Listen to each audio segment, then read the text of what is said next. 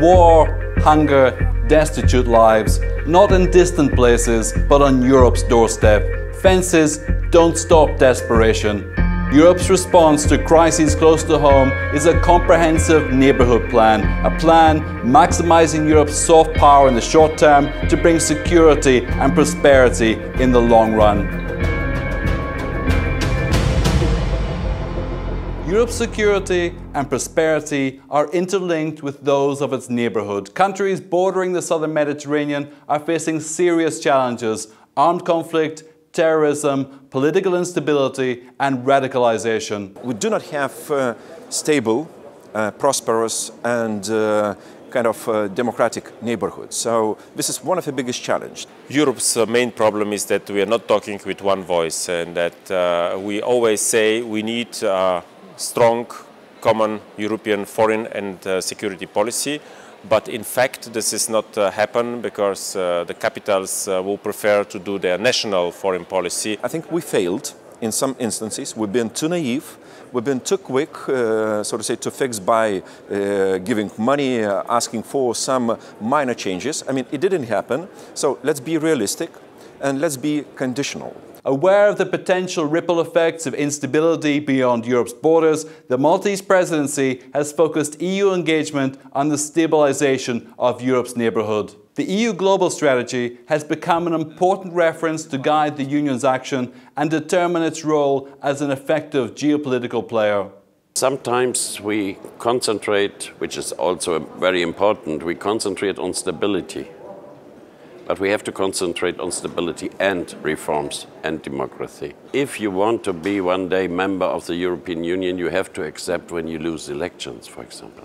Always we should learn from the history and know the history, what's happened, how 1933 Hitler came to power in a very difficult also crisis situation in the Weimar Republic. We should never allow that the democracy is dismissed or removed by pseudo-democratical processes.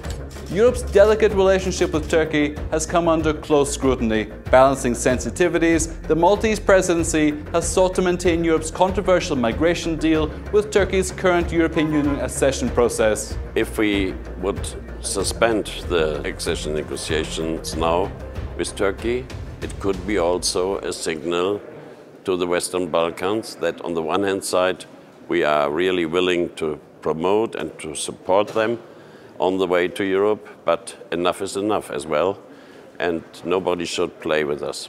We should use other ways to have influence on Turkey. I'm looking to the custom union. The negotiations about the custom union and my position are more effective than only to say we will block. Never Turkey should be a member of the European Union. With Europe as a key geopolitical player, the Presidency has elevated engagement with the Eastern neighbourhood, including with respect to supporting Ukraine and ensuring cooperation with Russia on issues of global and regional concern. We have to promote the unbelievable achievements despite the ongoing war in the eastern part of Ukraine in terms of reforming the country. And actually many experts say that in the last 3 years it was much more done in this respect, I mean in reforming Ukrainian institutions than during past 10 years or so. I am in favor of prolonging sanctions not for 6 months, but for 12 months, because I see no evidence that Russia has moved or understood, what we have to do. 6 months is probably too short period of time. US has the 12 months policy line towards sanctions. I think this is the right move, right timing. At a pivotal moment, the Presidency set out to support EU and international efforts for the resumption of the Middle East peace process between Israel and Palestine, and it has enhanced EU and international efforts to address the Syrian conflict.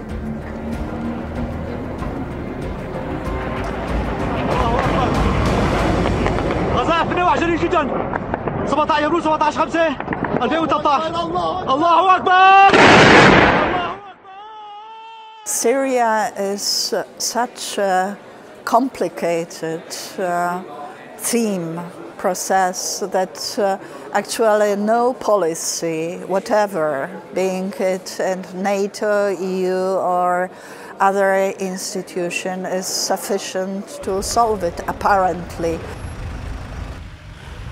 We have a recent announcement of Hamas that they accept Israel on the pre-67 borders, but that's not enough. We have to have the exception of Israel as a state by Hamas in total, and until that happens, they are not a player for the international negotiations they would like to be at. Europe has to play an actor in the quartet for the Middle East process, and we would like to be present. We need to have, for example, a European delegation in Iran in order to have better channels, because Iran is a major player now more in the Middle East, particularly as they are supporting the Assad regime and also giving weapons through Hezbollah via Syria, which needs to be stopped as well.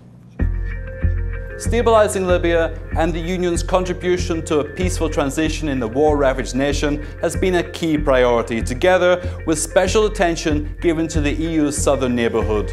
In Tunisia, the Maltese Presidency has set about ensuring that the democratic transition in Tunisia remains on track and is maintaining momentum on the continuation of trade negotiations.